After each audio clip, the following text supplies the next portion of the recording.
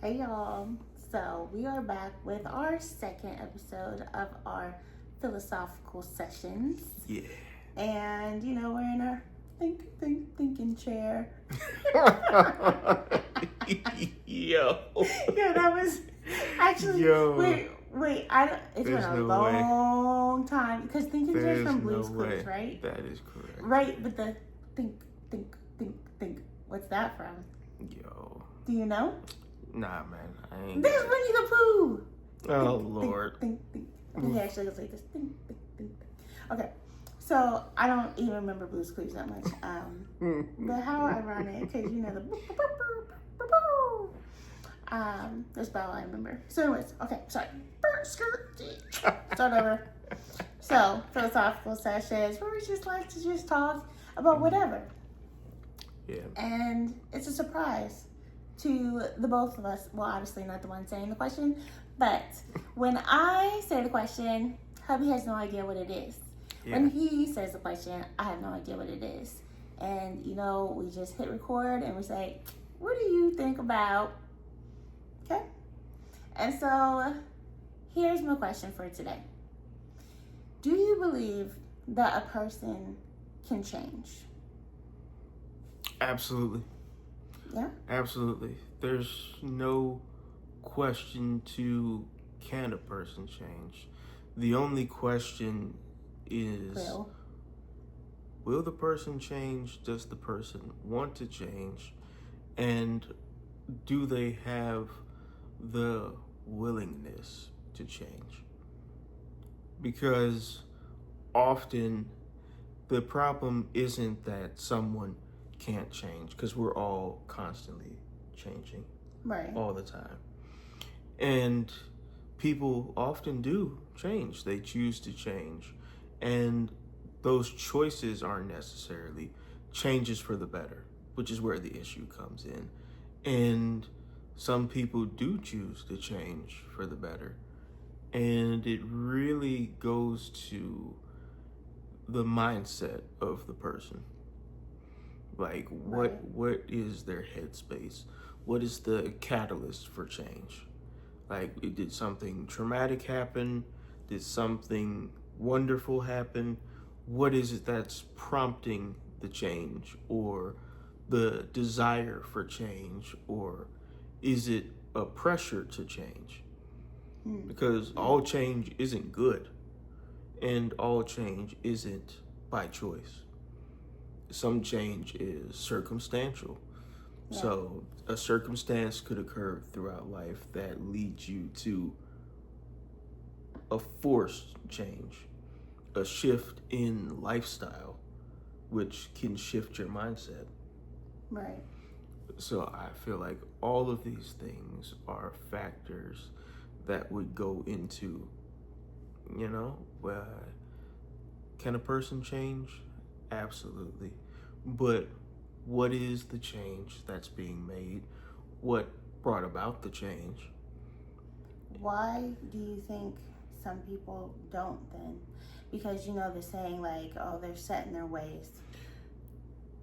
Choice. Everything comes down to choice. Choice, comfortability, like what they're most comfortable doing, what space they're most comfortable in.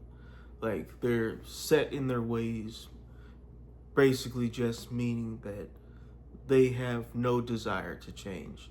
They have reached the version of themselves that they want to maintain, sustain, and be at peace with. And they have no desire to alter that version of themselves ever again for any reason. Because they've, for whatever reason, reached a point in life where they're like, I'm done. This is all you're ever going to get. This is all I'm ever going to be. They reach a place in life where, they don't need anything else to change. Not their environment, not their personality, not their attitude, not their traits, nothing. They're content with their day-to-day monotony for the rest of their lives. Monotony. That's what it is. They settle into their routine and they don't like deviation from it. Yeah. They like things to largely stay the same, consistent, with no surprises, and they don't want to feel uncomfortable because oftentimes change is uncomfortable. So then you don't believe in once a cheater, always a cheater. No, absolutely not. I believe cheating is always a choice. Everything is a choice. I believe if a person chooses to cheat for whatever reasons that they can rationalize in their minds, you can always think of a million reasons to rationalize anything in life. So, whatever it is that brought you to make that choice, you can always choose to make that choice again. And you can always choose, you know what? I'm done. I'm not going to choose to do that ever again in life. So I feel like that it all comes down to choice and the choices people choose to make. But sometimes, you want to make the choice. It feels like, it just feels so hard to do it. Yeah. So, I don't know. I could see somebody feeling like that it's not about choice. Like this just is what it is. Yeah. And to those people, I feel like the issue is not so much choice, it's they're stuck in a particular mindset where they can't see past the way they've been operating and navigating life, to where they've been doing something a certain way for so long, they don't yet know how to break free from that habit. It's like an addiction to habit. Like, it's something that you would like to change if you're aware of it and you have a desire to change and grow from it. But it's something that you've done so long and you're used to the results. You're used to the feeling of doing it. You're used to what comes after. All of these things are symptoms of habit. Yeah. So it's something that largely people lean into that as the reason why. Oh, they can't change. They have no choice. It's something that they have no control over. But it's always something that you have control over. It's whether or not you choose to be better and do better and have the willpower to stand on that conviction. That's what I would say. I think that's really good. I like this actually stemmed from me thinking about kindness and like how do you cultivate kindness, and then it just led to like, well, because there's a lot of unkind people in the world. Yeah. And can they truly change? Can they decide, like, I mean, they'd have to know that they're unkind first, I think. Yeah. And like you already said, have the desire, just the want to change, Yeah. the want to be kind. And they have to see their unkindness as a problem. Right. For them. Right. Not a problem for others. Because a lot of times people will tell you, that's why I said earlier, what is the catalyst for change? Like, is it a pressure to change coming from someone else? Or is it a change that you want to have within yourself for your life? Yeah. Because a lot of people are fine with their unkindness because it's not necessarily a problem for them. Right. It's something that impacts others more than themselves. And they function this way for so long, they don't see it as an issue. It's not something that disturbs their day-to-day. It's just who they choose to be. And who they choose to be, they feel that's just who I am. There's no getting around it. There's no changing it. But you can actively choose to change. Okay, new question. Can you help somebody see who they are?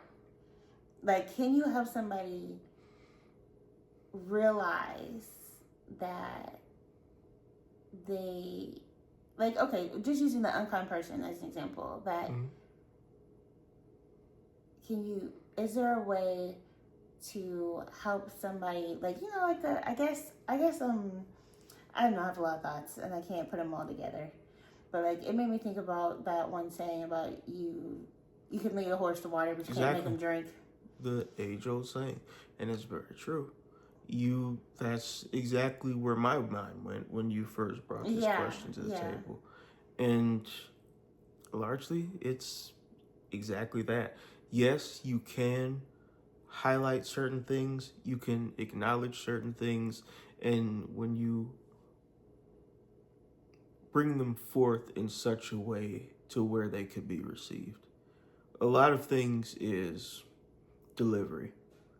Like, some things a person can accept and can receive if it's conveyed in such a way that they're able to understand it and that it's palatable for them.